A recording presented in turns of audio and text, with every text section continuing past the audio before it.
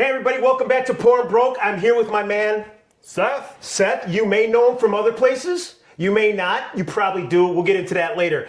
Hey, we got a banger bottle for you guys today. So what we're going to do is we're going to open it. Let's go. Woo.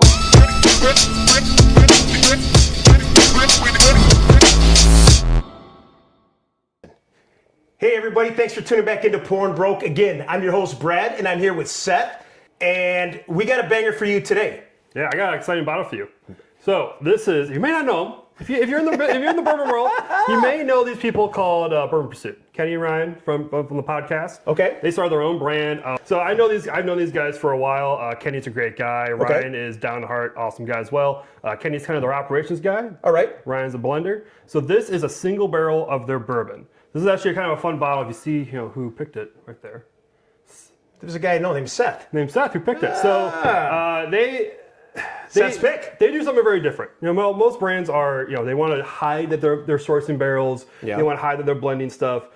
They're going hard into the idea that we're blenders. Okay. Like, that's what they are. So this comes from three different mash bills from three different distilleries. Okay. Bardstown, I believe it's Bardstown, a Tennessee distillery that they can't disclose, but I'm pretty sure it's Tennessee Distilling Group, and then. Actually, it might not be true. I don't know. And then also Finger Lakes out in New York. We'll fact check it. We'll put it right here. No fact checking needed. So it's three mash bills from three different regions of the country. They blend them together. And then this is from the whole shebang. So if you go to their place in downtown, which they just opened up, downtown Louisville, Okay. you can thieve out of the barrel your own barrel pick. And this is special because it's not just a bottle of your own. It's aged in a bottle that we'll try later, Heaven Hill barrels. Ah, So they blended it, put it back together. They call them pups. Put it back together, a different barrel, a used barrel. So Heaven Hill, it is divine. Well, it looks ready to go. It looks great. It's almost ready to go. Before we jump into it, though, real quick, obviously, my man, this is his pick. This is his bottle. It's his name on it, right? So he knows a little bit about this. We're going to give him that up front. But before we get into that, real quick, Seth, tell him who you are. A little bit about your journey, how you got to this point, and how do you get your name on a bottle like this? Well, so, you just pay for that. But anyways, so I'm just a guy who likes whiskey who who does some work with, just so happens, the largest whiskey YouTuber on YouTube. So I'm the operations manager for Brewzle. I do everything that's not content. For the channel, barrel picks and help with events and community management. I actually rose up. I started out, 2022, maybe? Like, hey, I really want to get into whiskey. So I was just looking for a community, and TJ, he just started Brewzle. I found his Discord. It was 200 people or so. And I'm like, hey man, if you ever need help with the Discord, I have some experience with Discords, maybe 500 person Discords. We're now at 16, 17,000 people in that Discord. And I'm doing things I've never done before. So far has worked out. And 17,000 Discord, 900, almost 1 million followers on YouTube, and just recently was in Forbes. It was an amazing article, and it's an amazing story, a journey from a guy that's, a whiskey guy. Yep. So that's why I always like to ask before we crack the bottle is a little bit about the background, a little bit about the story, a little bit about how you got to this point. Yeah. And this was the reason why I did this was, I write the newsletter, and so I try to come up with some stories and some things to do. And as I'm doing some travel, I do travel, I'll just go them out. Yeah. And so this came across like kind of a last second addition onto a trip. That they let us do this at, this was actually at the old facility back when they were over in Melwood, not Louisville. We're just hanging out, did it, and it's a fun experience. I always suggest people to go do a bottle of your own. I've done bottle of your own at Pursuit, at Green River does one now, Heaven Hill does one. Okay. They're all fun to do. You get to try out a whole bunch of stuff. You get to try that true single barrel experience. There's nothing like picking a single barrel. It's very, very rare that you actually get to go pick a barrel for a club or for a store. Very few people actually get to do that. And so brands that are bringing that experience, while it's a little more died down, a little more streamlined, it's a really fun experience to do. Man, I tell you, that's a great experience. I mean, you have multiple ways of doing the picks. You know, a lot of people, they're at the store, they get, 6 samples, and they, whatever. To be there, actually thieve the barrel. Barrels, it's a lot more fun. Yeah, that's a great experience. It can get also very dangerous. Now Pursuit, you get a small selection of barrels. There's some rye, some of their bourbons. Okay. But I've done barrel picks where, we're going through the rick house. And you're like, we'll pick like 2 or 3, go through like maybe 4 barrels, and all of a sudden you're like 15 barrels deep. Just like, how do I get to the bottom of this? The best one house? now. Right, yeah, and then which one is the best? I don't know, they all taste This great. is a terrible decision. We walk around a rick house that's very old. Yeah, you can walk, the floors are creaking. Yeah, there's just random breaks in the walking around rick houses is a lot of fun, but also it can be scary. But to your point, that's the real way to do it. There's nothing like picking a barrel when you're there. Yep. So this was a fun bottle to go pick. It's a special bottle because I don't think they've reused that barrel at all for anything else. So. Well, here's the thing. We're on an episode of Open It, and this is exactly what we do. You know the rules. What we do is we do 2 pours. We'll give you the neck pour, and then we'll give you the the reaction on the pour that's been aired out for a few minutes. So if you don't mind doing the honors here, let's get into this shit, dude. Oh, that's not. Oh, it's embarrassing. It's embarrassing. Oh, nice. I see it right here. Hang on. I see the piece right there. Oh, I was looking at the wrong one. And I still can't get it. I see the crack. This is how the video's going to start. Not. How many guys that have been to South Padre Island does it take to get open a bottle of a Pursuit? South Padre is the place. It is. Let's go. Alrighty. Here we go. So close. There we go. God. So this is going to be. I've had some Pursuit. I haven't had any. I've brought a good amount of Pursuit to I haven't had to anything. the clubs Wednesday nights. Yeah, no, and I've had some, and it's all been been amazing. Triple mash bourbon. Yeah, so that's why I explained they have the 3 mash bills. Yep. So put it together. It's actually fun fact. They have to change that label. I don't remember what they're changing it to. So I'm part of their P Club, which we'll talk about later. Sure. They put out that they needed to get a new label because Jack Daniels may just so happen to have a similar label thing called triple mash. So you can't use that term. How heavy do we pour here? Right there. We have a good amount to drink today. Yeah, so that's a nice hefty pour right there. We'll just do a little bit of this. Here we go. I'll mix mine with my Calvados. And I'll take this first one. Really good neck pour. That Calvados is just an amazing bottle all the way around. Love the colors, too. Would die for a Pursuit Calvados. So here, the neck pour, put that guy there. Yeah, so like a little bit more with the brand, they're doing it right. They make sure that you have the states, right? You have Kentucky, Tennessee, New York. They're being very open where they're getting as much as open as they can. Sure. Everything's just it's above bar. I love the guys at Kenny and Ryan. They're really putting out heart and soul into this brand. And what is the proof point on this? So 108. Fun fact about why it's 108 proof, right? So Kenny and Ryan they like their proof. They're not they're not hazmat chasers, but they do like their proof. Sure. But they decided when they did this blend that they were just going to proof it down until they found it tasted the best. Because contrary to belief, water does open up bourbon. It does. Now, you may say it's unconcentrated, but it's a chemical thing, and I'm not a chemist. I don't know what it does. It's science. Ask Tiffany. She did a whole thing on the water, and how it opens it up, and how it's science. So yes. it's a chemistry thing that water actually does break things down, makes it a little more palatable, and also brings out more of those flavors. Correct. And so they proved that down, and just so happens that I think they weren't going for something close to 107 like a lot of people do. It just so happens that all of a sudden they were proofing it down. They looked at each other like, oh, this is delicious. Yeah. Yeah. So that's why it's 108 proof. Everything they do is 108 proof. However, they actually just everything they do is 108 proof.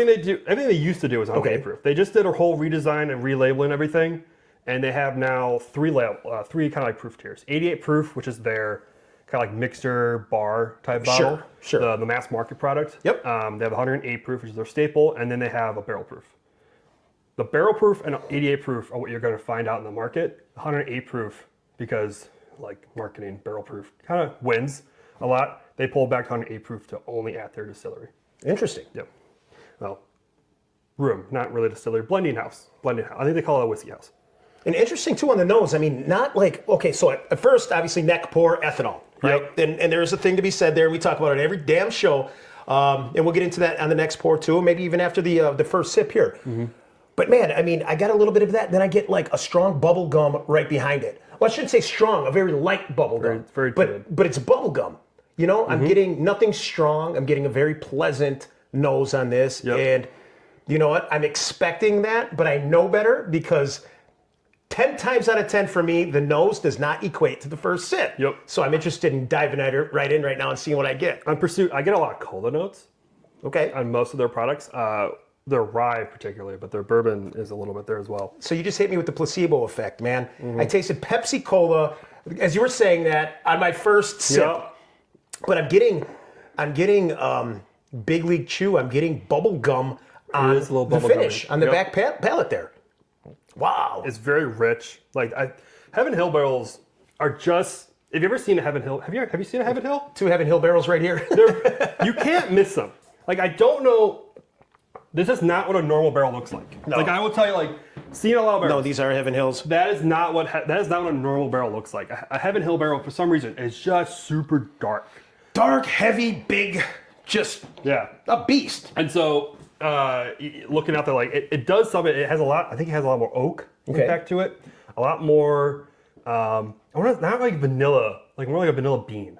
That darker vanilla. That more like that's thicker and almost plant-like vanilla. If that makes sense. So I'm getting the cola mixed with vanilla bean, finished with a hint of, like I said, like a Big League Chew of gum. It's like it's like that's a sweet throwback ride. to childhood right there, man. Remember the best 20 seconds of your life. That and what's the big old thick? You get a whole bucket of those in the dugout when you're playing Little League, and you just throw your pocket full of them, and you come back to the inning with like just 2 seconds, and you it's just like got to throw it that away. big in your mouth, and you're just because It was so good for the first like 4 chews, and then not Hubba Bubba, is it? No, it was Hubba. Well, there was Hubba Hubba Bubba. It was the flavored ones that like watermelon. But you're talking about the 5-gallon thing with the twist off. It's all pink and you put those in the dugout. You'll go through 100 of them in a single baseball game. So what is the? Does this have an age statement on it? No age statement. I don't know off the top of my head how old it all is. I would assume we're working at the 4 to 6 year old. Okay. That's my guess. I don't know 100% what they actually do. It's interesting because there's almost the immaturity is getting beat up by the maturity at the end of this one. So what they've done with the mixture has created a really, really good whiskey where they didn't have to age it out. They didn't have to oak it out in a barrel. You know, one thing that if you learn when you talk with when you go to them, get a tour, talk with their reps, that when they were early on trying to figure out their mash bill, which is technically this is a 4-grain mash bill. Okay. So there's some wheat, there's rye, there's corn, there's wheat, and malted barley. And malted barley. Right. So on those 4-grain products, it's gonna be a lot more complex and a lot more that grain's gonna show through. Just because the melding of all those grains. You get every 4 grain I get, you just get a little bit. It's just a little grainy. You get some complexities in there with the grain, which is a good grain. Yeah, good grain. It is because you know what? If there wasn't and the complexities weren't there and the differences weren't there, and I mean the differences are so subtle from bottle to bottle, but the notes are so different. Yeah. Now that being said, when I'm on my 3rd sip now or whatever 3rd or 4th sip, I am getting the proof. That 108 is now punching up the 2nd or 3rd time around. So it's a lot of flavor for 108. It's covering that flavor, but then now at that finish. If you want a little bit of hug, it does bring it. It's giving it now. Yep. And maybe it was because my mind was looking forward to, hey, what am I going to get out of this for the first time? I'm hearing cola. I'm tasting this. I'm not catching much of the ethanol on the nose. Yep. And now the complexity is really starting. You know, I can't wait for the second pour because... You know, and then it opens up. It's gonna be really, really good. Yeah. Listen, we're gonna catch a quick break right now. We're gonna go back to the second pour in about 10 to 15 minutes. But the great thing about technology is it happens just like that. All right, we are back at it like a, I don't know, bad habit, crack addict, whatever they want to say, fly on shit. And we are the flies, and this is some good shit. The nose has such more softness.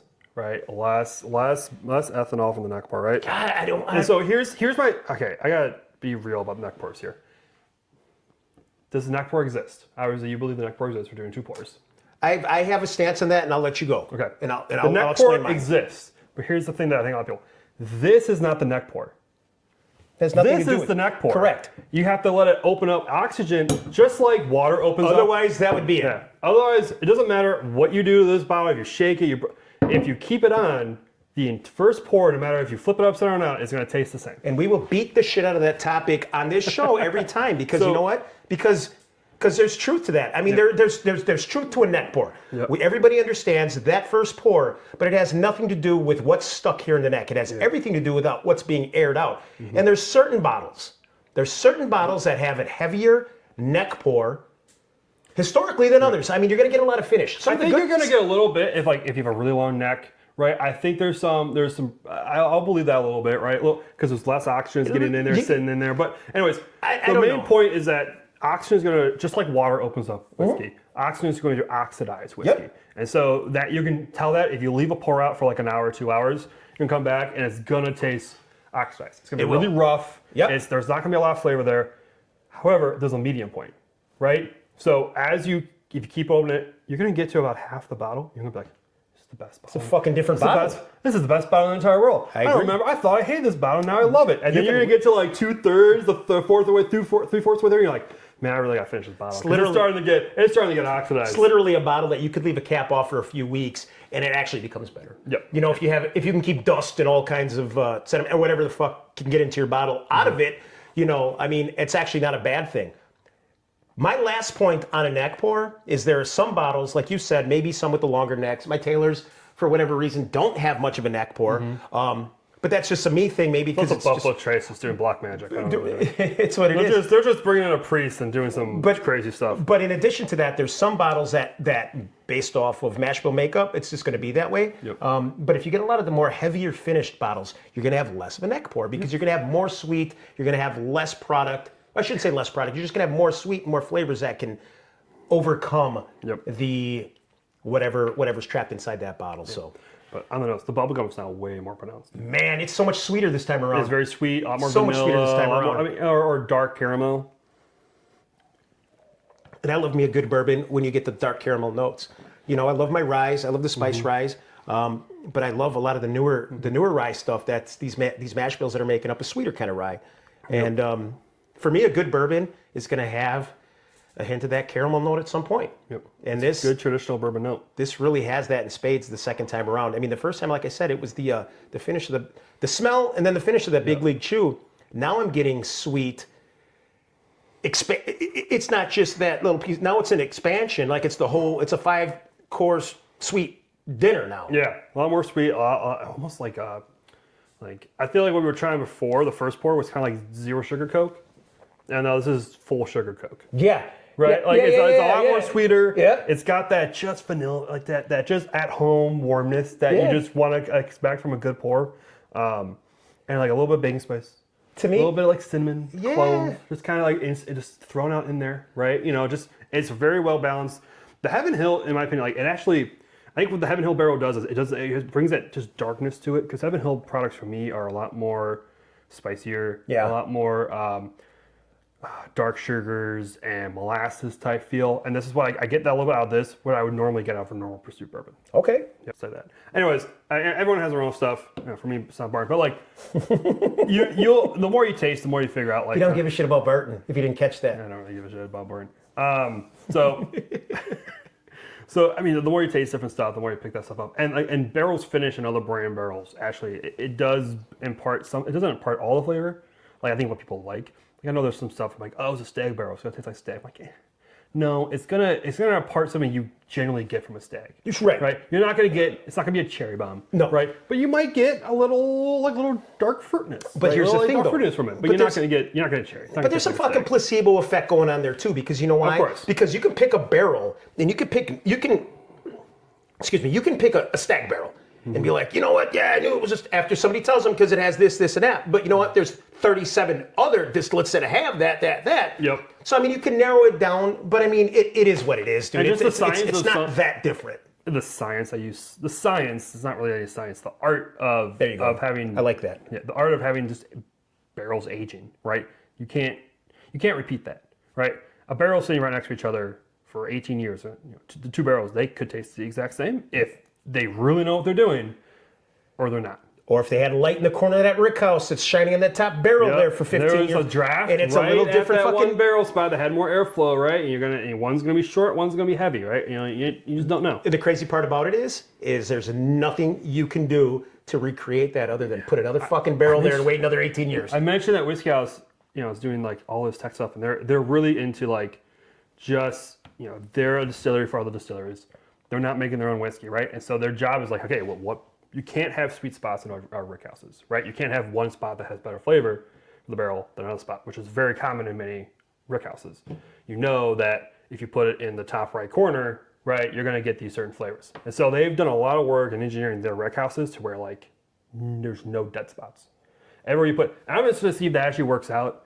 There's a claim that Makersmark has that we heard when we went into barrel pick with them was that the reason why they don't do single barrels is, this is not a quote, this is my interpretation of what he said, they're just too damn good. Everything's just so consistent that every barrel tastes the same. And I'm just like, I love you guys, I love Makersmark, but bullshit. I know that's not true, but also like, I don't know, Makersmark makes a lot of barrels. So maybe they are pretty damn good at their job and make it consistent. Well, 3 things. We're pretty damn good at ours. 1, I've killed it. Oh, my bad. 2, they explained about pretty damn good. And 3, no dead spots. You know what? Speaking of dead spots, if you haven't, please like and subscribe. No dead spots allowed. Me and Seth can go on for an hour, but we like to keep these around 15 minutes. So what I'm gonna do now is I'm gonna take off over here, drop some comments, tell us how bad we're doing, tell us how terrible we are, and tell us how much you love Barton's, because Seth will get a kick out of that. And before I do that, look at this guy right here. Hey, look right this right there, because this is where I leave with the bottles. Okay, see ya.